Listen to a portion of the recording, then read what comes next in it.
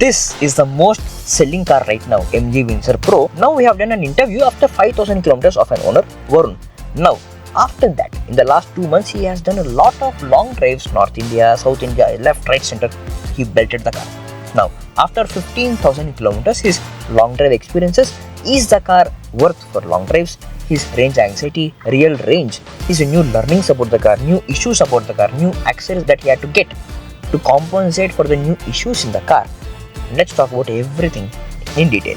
Chalo. Hi Varun, 5k to 15k on your Windsor Pro. In summary, how was the change of experience from then to now? I would say I'm managing suspension problem a bit better, like by lowering the pressure. There was a headlight problem and I have installed this additional, it's not an official accessory of course, it's aftermarket. Okay. And the headlight problem was like it was auto beam is not like, it's not very good, it's not intelligent enough. It shows auto intelligent headlamp something. I have turned it off. Okay. And I manually do low beam and high beam along with what does that mean?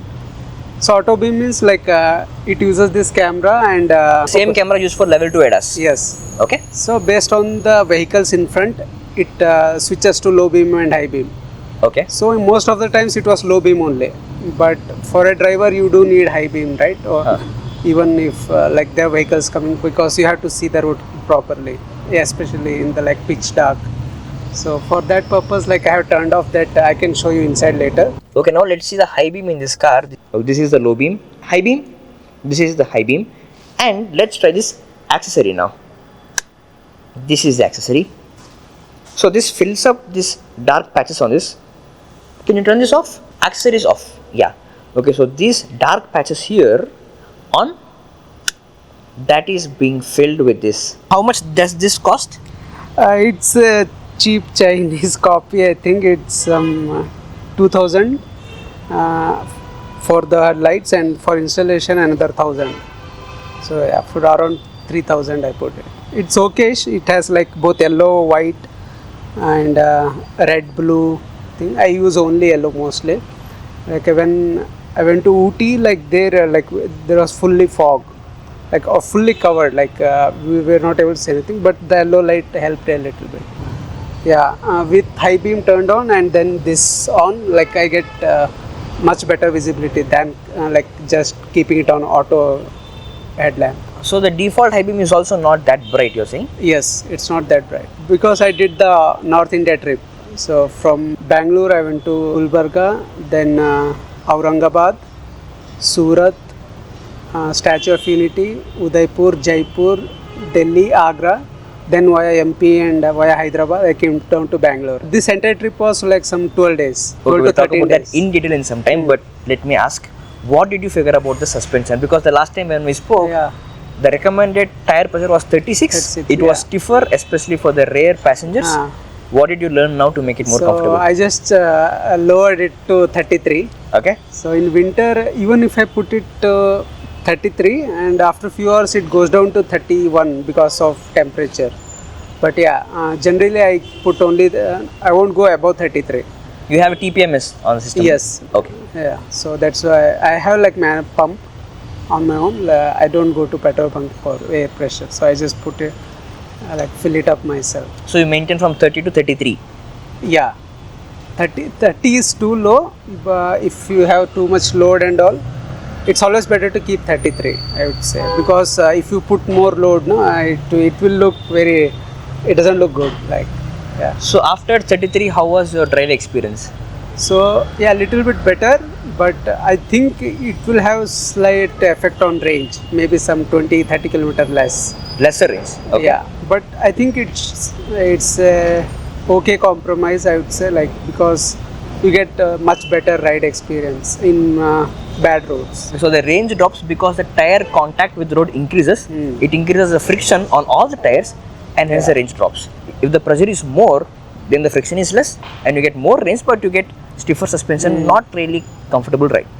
True. I think on highways 36 will work fine. Yes, so what happens is even if you keep 33 on highways on long drive, especially in daytime, the pressure goes up to 36, 37 because of continuous driving and temperature increase It gets hot. inside the tire. Right. So it automatically goes to about 36, 37. If Okay. you keep 36 and then drive on highway, it will go to 39, 40. So let's get the range out of the way. How much range you're getting now? I'm not tracking it like very diligently, I would say. It depends on which highway you drive. So if I drive with more traffic and light footed, I get like close to 400. And in 4-lane road, this Hyderabad, Bangalore, I get around, I drive fast, like above 110 and all. So there I got like maybe 320, 330. When I did North India trip, right? Mumbai, Delhi Expressway. So there I drove above 120, like constantly. I would say like 80% of the time I drove above 115, 120. There I got like around just slightly less than 300, I think. And that was not during the hot weather. It was in October, November, correct? Yes. So it was not hot outside also. Yeah. And the AC was not running too much. Yes. It was at 24, 25. I don't know if I don't think I used AC because we traveled early morning. Maybe I used, but very little, I think. So without AC at 120 speed, Yeah, you'll get you were able to get around 300. 300. You'll be in shock, like as a user. Like when you buy car and you drive in city and few short trips, you will be usually getting at least 370. But like when you go on long trip and you keep driving fast, like you have to be mindful about the range, right? Because you have to plan the charging. it's a huge variation. Yeah, 300 to like 400. You'll be in shock. Yeah. Like you would have assumed you would reach this particular location with 50 kilometer or 100 kilometer left, but you will fall short. You will have to charge in between. You have to make plan. So yeah, that learning I got. Okay, now since you mentioned it, how did you plan your long drives, especially because there were like multiple cities across the map which you covered? How did you plan the long drives? One. Second, how often were you fast charging? Was it tough to find a fast charger or it was not working? 3 questions, you can go in any order you want. The charging infrastructure is decent on most routes. I don't plan much actually. Like if I'm going to via Hyderabad route, there are many. It's a national highway. There are many chargers. So I don't plan much. Like when the range drops, like when we are having coffee or tea after like 200 kilometers, I just make a decision. I'll charge in this particular charger. So yeah, I don't plan much. Only like if it's a completely new route, like when I did trips. So at that times I plan, but I don't think it takes much time. I'm used to it. Maybe like 5-10 minutes max. So because in the beginning, like I didn't have all the apps, right? So now I have all the apps. I become better at it. Okay. Like I'm faster now in finding and planning. In the beginning, you'll feel a bit frustrated because some apps don't list their chargers in aggregators. Sometimes you have to go, but I would say the first one is I'll check is plug share. Even in Google Maps, when I plan route, there are option called search along the route charging stations. So in my settings, Google Map settings, I've changed my vehicle as EV. So I'll get a shortcut like search for chargers. I'll just click there. I have to click the button, so it will list. Yeah, that makes easy. Also static app has like integration of multiple chargers. Like BPCL is there, Charge Zone. I don't know if Charge Zones come, but they have tie-up with multiple charging companies to list in their app, and you can charge using their app. This tells 2 things. One, range anxiety was never troubling you, and you are planning to fast charge after 200 kilometers is something like that. So the sweet spot is 270 kilometer in this range, like After consuming 70% of charge yes, or 60%, something like that. yeah, 70%, 70, okay. You'll feel good because you don't want to keep stopping frequently, right? Yeah. Because you want to travel like, if you travel 270 kilometers, it will be like at least 3 hours. So anyways, you need rest. You'll stop and you'll have either light snacks or food or tea, whatever. So in that's a sweet spot, I would say. So yeah, that's what I prefer. If it's like about 270 kilometer and there's a charger and which has good reviews, so I prefer that one. Otherwise, maybe even up to 250 kilometer or sometimes 300 also. It depends on how I drive. Like if I'm driving aggressively, I prefer after 250 kilometer itself, I prefer to charge. When you fast charge, till what charge level do you charge? 80% or Full 60%? 100%. Full 100%. Yeah, I Okay. go from 30 to 100. Most And how of much the will it times. take? Time. Time, it should take 15 minutes to 1 hour. Like by the time I finish having food, it will be I'll come and sit for another 5-10 minutes, so it will be done by then. Okay. And you're also mentioning about the reviews at the fast charging station. Was there any fast charger where you had no option but you had to go for a fast charger but the reviews were bad? Those keep fluctuating, I would say.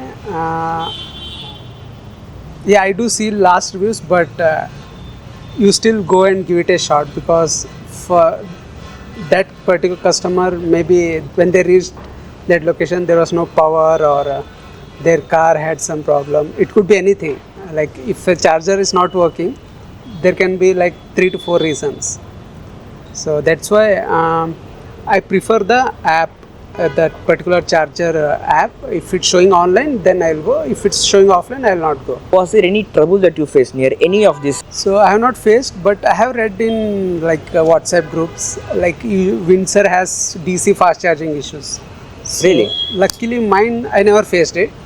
I did ran a poll in Pan India Windsor group. Did you face any DC charging issue? First was none. Second was yes but manageable. Third was horrible and I don't recommend. So no one voted the third one. It's not horrible. It was 50-50 split. 50% customers said none, and another 50 said it's manageable. Yes, they face the issues. It's manageable. Okay. So I would say I have never faced any issue with DC charging, and non-Windsor owners make a big deal out of it. Okay, DC charging in Windsor sucks, don't buy and all. I think we should not listen to them, or at least speak with multiple Windsor owners. You should speak with Windsor owners, not non-Windsor owners. Because But what was the issue about? It's just not charging. Not charging. Okay. It's either it's charging, it's disconnecting, something like that. So I heard few people got some circuit or something replaced. Some people got it fixed through software update also. Okay. But I would say it's not horrible. It's manageable. If you have problem, either you update the software or check the service center. Luckily, I never had any issue with DC charging, DC fast charging. I always got wherever I saw it's online, I plugged in, I got the charging done. So far you have done 2 services, correct? After 1001 and after 5000. Yeah, 2 services. Now I think I'll do the third in another maybe 2-3 weeks. Now it's 14,200 kilometer running. Okay, then we'll get an update soon. We'll keep you updated. So before going inside, is there any concern or any new learning or any new thing which you learnt about the car? I don't recommend taking MG Dashcam. It's very bad. If I am connected to a Apple CarPlay, I cannot connect to the MG Dashcam. How much did it cost? It costed me some 13.5k, Okay. and it's not at all good. It just records, but I'm unable to access it. I have to take out the SD card, put it in a computer, and do all that silly things. So That's cumbersome. I Okay. don't recommend at all this. Okay. Last time you told me that front of the car looks ugly. Mm-hmm. After 4-5 months of usage, are you liking this now or not? I don't know. I don't think about it much. I knew that from the beginning itself, right? So I didn't buy it hating or loving the front look. I bought it for interior space, value for money, given the range of the car. It's not like it was a surprise, right? It's the front look. That's what you see first time. So I'm okay with it. Are you now using ADAS in this car or still no? I have used in Mumbai Delhi Expressway. I think it's okay. In few other highways also I've used lane keep assist and all. It's good, I would say, but I still prefer using it if you're bored of driving, there's less traffic, and you just want to relax a little bit. Only then I feel it's better to use. Even any ADAS, the traffic is more, right? The probability of getting accident is high, because some people will be rash driving. They'll be cutting you. Imagine if someone cuts you and this detects and suddenly brakes, right? So Because the braking on this is slightly sensitive in ADAS, you said. in most ADAS, I would say it's sensitive. So it's always better if there's high traffic, then in that case not to use ADAS. So you have tried the lane keep assist? Cruise control on 10, how much would you rate it? Adaptive cruise control. That and lane keep assist. So I would say ACC is 7 out of 10. ACC and ADAS I would say maybe 6 out of 10. Why? So like the way it slows down and increases, no, the gap is too much, and the deceleration acceleration is you don't like it because the gap is, there is so much gap. It is jerky. It's not jerky at all. It's just like I feel the deceleration is too preemptive. It is very conservative in that sense. Yeah, it's too conservative. If the distance is even, let's say, like 5 truck of distance, Okay. it slows down immediately. Deceleration is smooth, but still it's too conservative, and you won't like using it. Okay. And the lane keep assist, you said it is. It's ADAS. It's ADAS only. Like so, it's good actually. Like when it's like bending, no, it slows down and it goes smoothly. The But is it 6 out of 10? As I said, like it can be used in less traffic conditions. Since it's camera based, you don't have like blind spot monitor view and there's no radar. In the night time I cannot use it. I don't get confidence. I used it once. I didn't like it. You feel very scary in the night. You know it's a single camera based. On features itself it's less, no. You got it for 18.5 lakhs, correct? On road. On road. Yeah, so I bought it in introductory offer. 17.5 was the ex-showroom. Now they have increased it to, they have increased by 90,000. Okay. Mind then they were giving discount, cash discount of 25,000. So I think it's around 18 lakh ex-showroom. Yeah, given the competition and new releases like XCV 9S or something by Mahindra, in 20 lakh you get sunroof, 7-seater and all. Value for money quotient has gone down, I would say. In this, really? Okay. Yeah, I think they released one more version for 17.5 or 17.25. The lower variant with bigger battery and with some cosmetic changes like blacked out roof and all. They can still lower the top end model price because of new launches like even 6CB 6. You can get, there are some offers going on even on base model. Okay.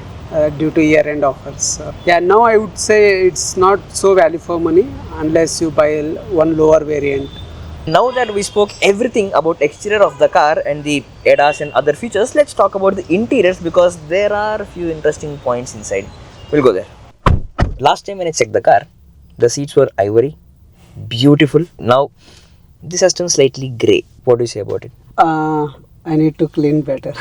No, is that about your maintenance or is it just the car color itself? It is tough to maintain. What is it?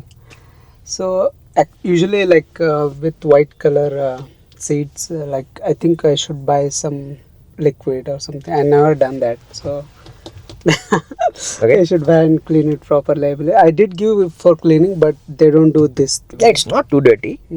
But I think this is definitely one lesson for any person who wants to go for a Windsor Pro. He needs to plan to maintain the seats well. Yeah, they don't have an option of changing the color also in Pro. This is what they give. I did ask for, does it come in black? Like they said no. Storage. You have two cup holders, a few cup holders here and some storage here and under this. Is the storage sufficient for you now? What do you think? Yeah, I would say it's more than enough. Especially the below one, like I keep everything, most of things there. Here I just keep phone.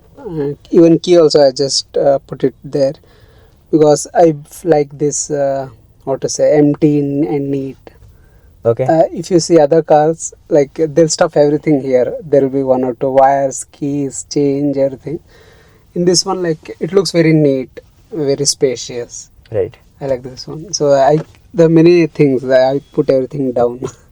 And it can be closed also if you don't want to see. Yeah, there is a lid for it. And I noticed this accessory here. In long drive, like you need to charge laptops. No, MG has not given this provision. I think Hyundai Creta has there. Okay. And Tata has like fast USB charger, 65 watt.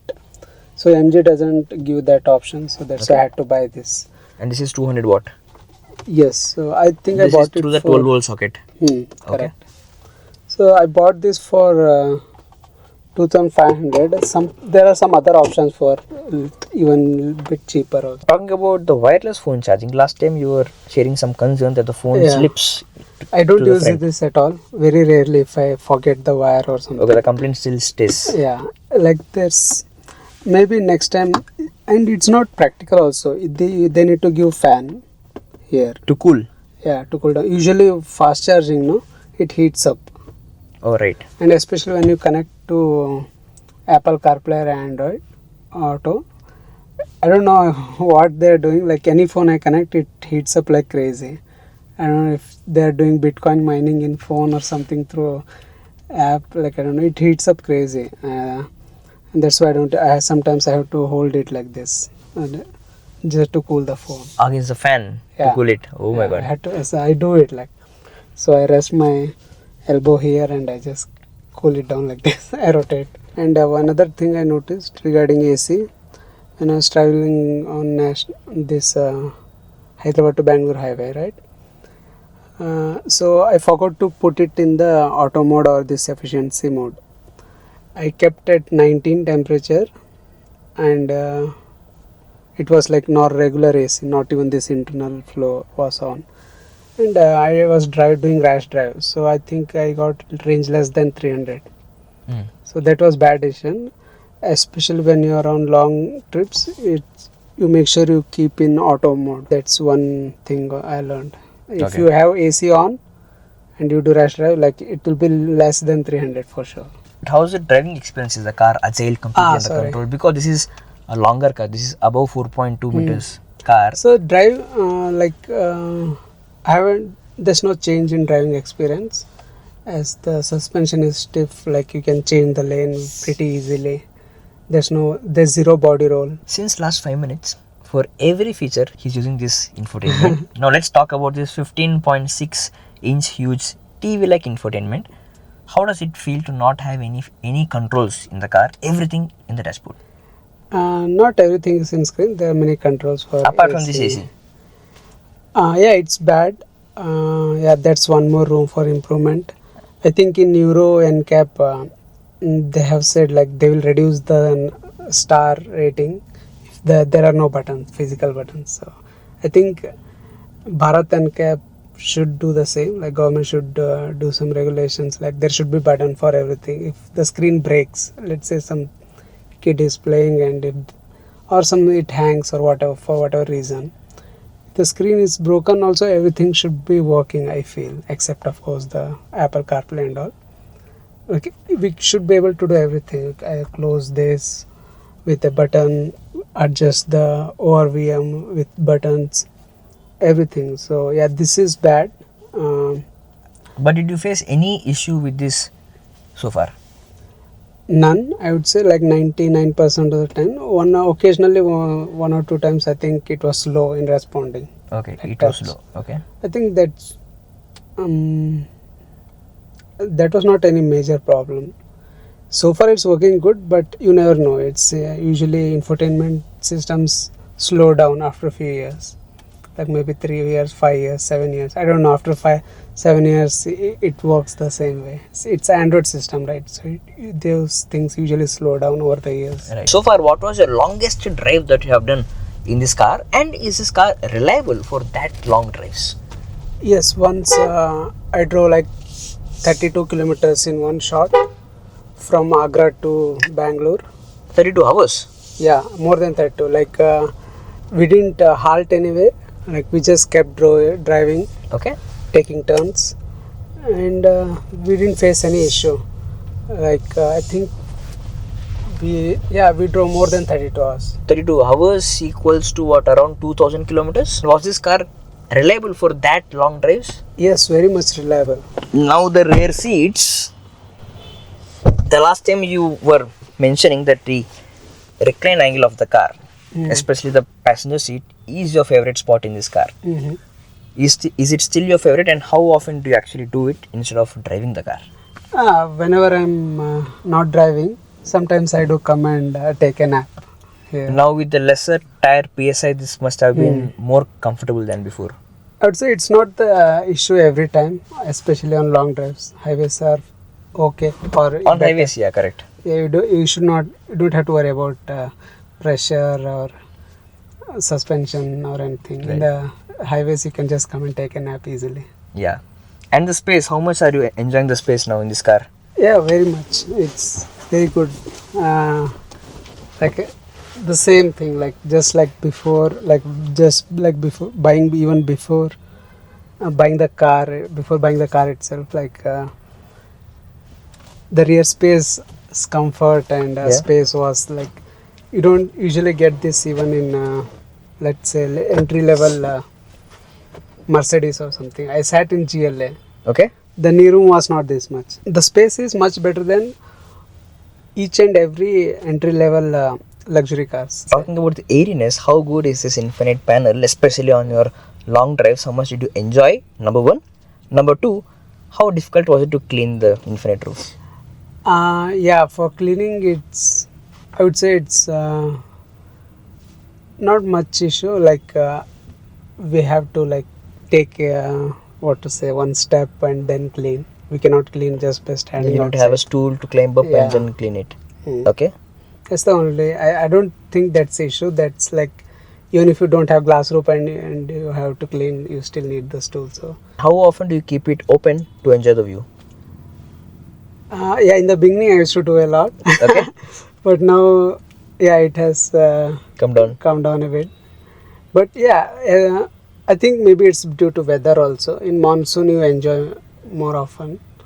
Like if it's raining or even if it's drizzling, you'll keep it open for like throughout the entire drive, I would say. In winter, it will be foggy, it will be dull weather outside, so there's no point of opening this. How was your family's feedback about the rear seats?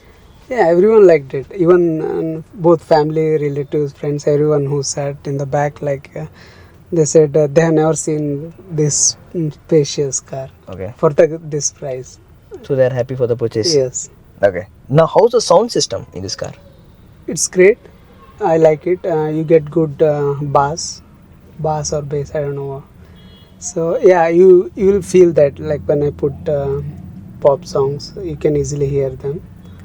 And yeah, there's a mode called quiet mode. So it turns off the rear speakers and tweeters, and it lowers the volume. You hear only in the front. Okay. The quiet mode, and there's a valet mode also. In case you want to give it to valet to park your car, they won't be able to mess around with any settings. So there are cabin modes. Yeah, I mean these usually you get only in high-end cars. There's one more thing of digital key, like you can share the digital key with someone.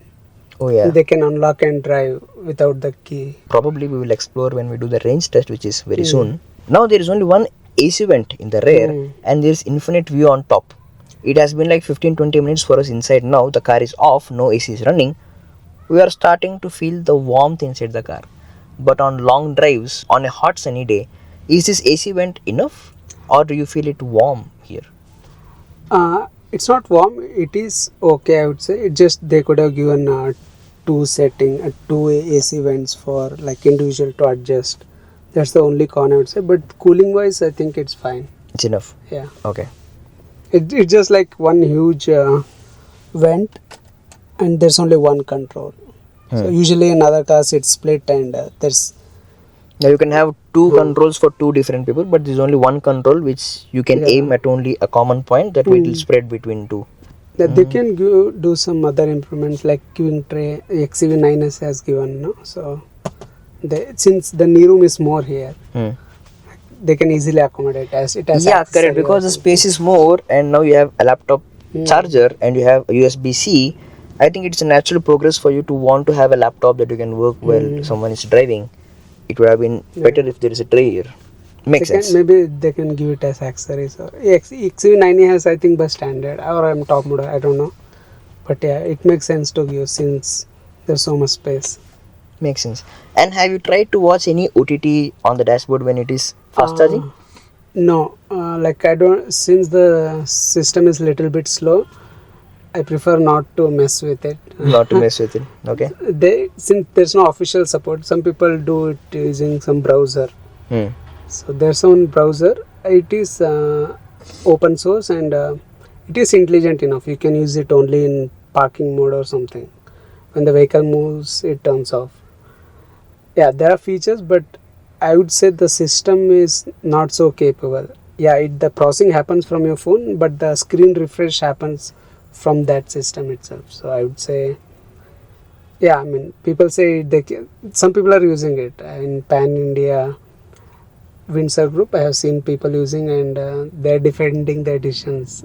Like it's completely okay. They've been using it for quite a while, but personally, given sometimes it hangs, so I don't like using. I don't like fiddling with that system at all. I hope it just doesn't lag for in future. That's all I want from that. I have very low expectations. I believe like it's much better to give sunblind since it lets too much light in, and those are like low effort, high impact. I believe it's just piece of cloth and one spring, maybe one tiny metal rod. So I think it now many cars are giving in base model itself. So I hope MG is listening and they give the sunblinds in the refresh. And how's the boot space in this car? It is so huge. How useful is it? Yeah, we always like that one as well. Like there was no problem of like less boot space. It was always more than enough. Charging of the car, how does it work? It supports 7.2 kilowatt home charger, correct? Yes, but I have not installed it. Okay. I use this portable 3 kilowatt charger itself because in apartment they don't give like 7 kilowatt line. That's it's limited to few slots. They don't give it for individuals. Okay. Like builder has to take and set it outside. I would say they have to go via some company, third party, and they charge high cost like 11 rupees per kilowatt or 20 rupees per kilowatt. And most of the big apartments, they don't even allow to put charger in your own parking. How long does it take for you to completely charge the car with this 3.3 kilowatt home charger? I usually charge when it goes below 30. I haven't calculated the exact time. It definitely takes more than 12 hours, 12 to 15. Below 10 or 10 to 100, it takes more than 15 hours. Yeah, I usually charge from when like 25, 28. So I put it for charging. It takes around 12 hours. Does it bother you like almost half a day or even more to charge? I would say a little bit because since my like power supply single phase, no. So if I'm charging this, I cannot use geyser. I can use technically, but I'll get load penalty in bill. Oh. Bestcom bill. So how much will that be? So like I think in the beginning, when I didn't know about this, I used to get like 450 rupees as penalty for additional load. Oh, okay. Now I'm making sure like I don't get that. In the last two bills I have checked, I'm not getting that penalty because when our car is charging, like I don't use any heavy load like either AC, geyser, or maybe microwave. So I don't use those things. That minor inconvenience is there. It's not related to the car. It's related to the load issue. Yeah, that's one. I think many EV owners in the beginning, they're not aware of this. This is Ola S1X car charger. We'll make a video on that very soon. It's a very rare S1X scooter, and this is an MCB which he will use for his MG Windsor charger. Some people put like 2.5 millimeter square, so it's always advised to use 4 to 6. I have used 4 millimeter square wire with proper earthing. Yeah, just don't use 2.5 millimeter square. Okay, now summarizing the car experience, he got the car for 18.5 lakh approximately. This is MG Windsor Pro, which comes with 52.9 kilowatt hours of battery, and the real range can vary between 300 to 400 kilometers depending upon the way you drive. If you drive over like 110 km/h speed constant, you might get a range just close to 300, or if you drive conservatively with a light foot, you might get a range as much as 400 kilometers also.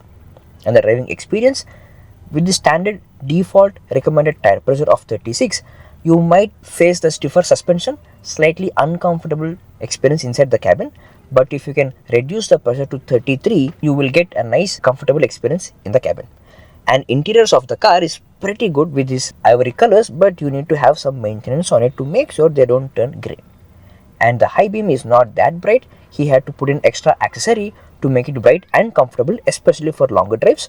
But apart from that, the overall experience is pretty good. And talking about the ADAS badge, it is good enough, but if it is a slightly emptier highway, if it is a straight road, if there are any curves or if there are other vehicles, the system might get slightly confused and it might behave slightly over conservative, which you may not enjoy. And talking about the charging, because this car gives a range of over 300 kilometers on every long drive he did, there was not much of range anxiety, and his charging cycle was after consuming 70% of charge or approximately 270 kilometers of drive, he prefers to fast charge. And these fast charges he was able to find in every place that he went, on the Google Maps, on every app. It can be fast charge or even Geo charge, Tata Power, every app possible. There were fast chargers.